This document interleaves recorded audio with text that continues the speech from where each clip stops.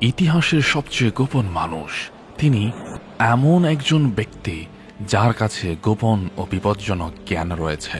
এই জ্ঞানকে বলা হয় ইলম, যা তিনি আল্লাহর অনুমতিতে অর্জন করেছেন। তিনি অতীত ও ভবিষ্যতের জ্ঞান রাখেন। সময় ও স্থানের সীমা ছাড়িয়ে যেতে পারেন, সময় ভ্রমণ করতে পারেন এবং প্রতিটি যুগে চিহ্ন রেখে যেতে পারেন। তার দায়িত্বগুলো সাধারণ নয়, বরং অদ্ভুত। এই দায়িত্ব কিয়ামত পর্যন্ত চলবে। তাকে কুরআনে উল্লেখ করা হয়েছে। আল্লাহর অনুমতিতে তিনি বিশ্বের বিভিন্ন স্থানে হাজির হন এবং মানুষকে সাহায্য করেন। তিনি অন্য কারো রূপে ধারণ করে মানুষের সামনে উপস্থিত হতে পারেন একটি অজানা মুখ নিয়ে।